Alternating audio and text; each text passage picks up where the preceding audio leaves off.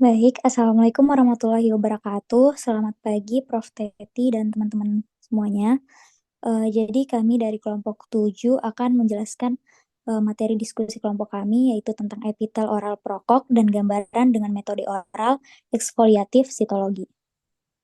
Next.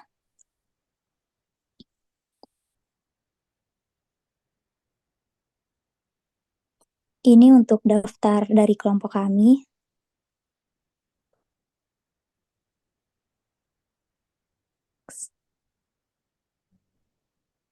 Untuk pertanyaannya yaitu, apa yang terjadi pada epitel mukosa oral prokok? Bagaimana gambaran hasil pemeriksaan dengan metode oral eksfoliatif sitologi dengan Papa Nicolau, staining, atau pewarnaan lainnya pada epitel mukosa oral prokok tersebut? Jelaskan. Untuk selanjutnya akan dijelaskan oleh teman saya yaitu Amelia.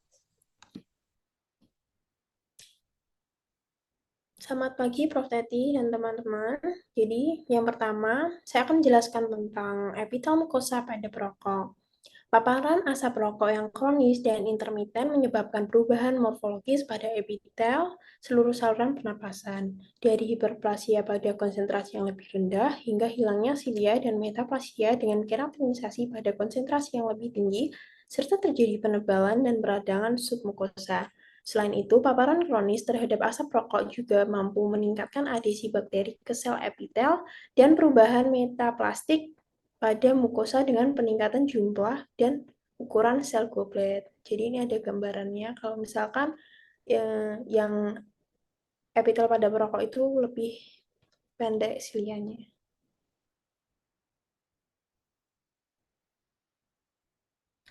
Lalu pada perokok juga itu rentan terjadi suatu penyakit seperti kanker, yaitu terjadi karsinoma in situ, yaitu hilangnya stratifikasi epitel yang ditandai perubahan seluler, peningkatan mitosis yang abnormal, dan epitel tampak meningkat. Lalu ada yang lain yaitu displasia atipia, diskeratosis, dan koilositosis.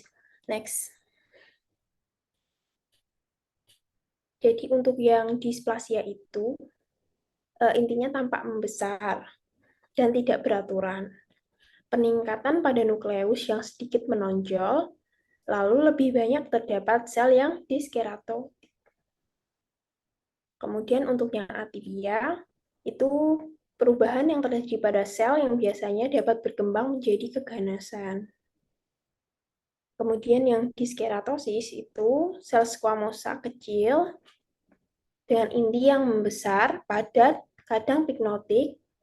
Sitoplasma mengandung keratin dan sering tampak berbagai kelompok sel yang padat. Untuk koilositosis itu epitel squamosa yang memiliki perbesaran inti sel dengan kromatin kasar dan membran inti yang tidak teratur. Next. Jadi ini ada tabel untuk perokok dan non-perokok.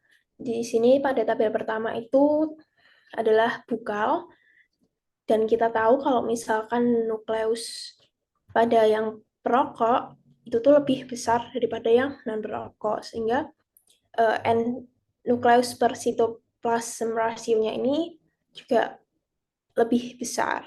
Kemudian untuk tabel yang keempat, ini tuh jelasin mengenai karyotesis, vascularization, inflammation, dan kandidanya itu kalau ada perokok itu presentasenya lebih tinggi. Next.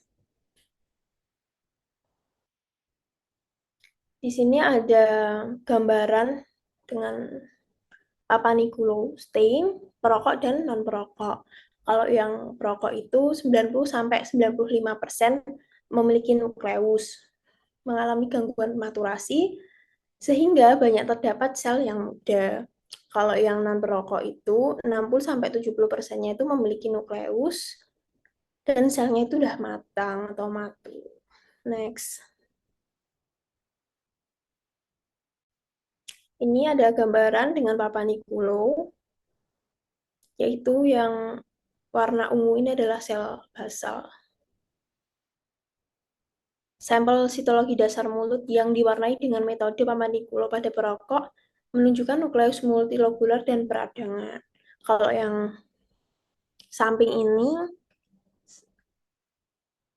di samping itu adalah yang non-perokok. Next. Ini pewarnaan lain yaitu dengan hematoxylin eosin. Jadi kalau yang A sama B itu yang non perokok, epitel gingivanya itu bertaut sama jaringan ikat membentuk retepek. Kalau perokok itu yang PEC 1 sampai 9 ketebalan epitelnya nambah. Next. Lalu untuk gambaran dengan pewarnaan lain itu ada dengan Mallory triple stain pada mukosa masticatori. Di mana pada non perokok itu yang A sama B, stratum papilla bundel kolagennya itu halus apih. Bundel kolagennya stratum retikuler kasar. Jadi untuk kesimpulannya, paparan asap rokok yang kronis dan intermiten menyebabkan perubahan morfologis. Tadi sudah dijelasin, yaitu sel perokok itu lebih besar pada epitel normal dengan sel intermediate yang paling banyak ditemukan pada pewarnaan Papanicolo. Terus perokok lebih memiliki banyak nukleus dibandingkan non-perokok. Lalu terjadi abnormalitas dan tadi untuk pewarnaannya bisa dengan HE, Papanicolo, Mallory triple cell, dan lain-lain. Berikut adalah daftar pustaka yang kami gunakan.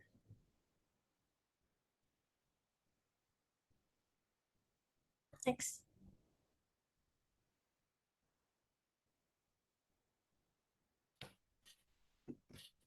Terima kasih telah menyimak video kami. Baik, sekian presentasi dari kelompok kami. Lebih dan kurangnya mohon dimaafkan. Kami akhiri. Wassalamualaikum warahmatullahi wabarakatuh.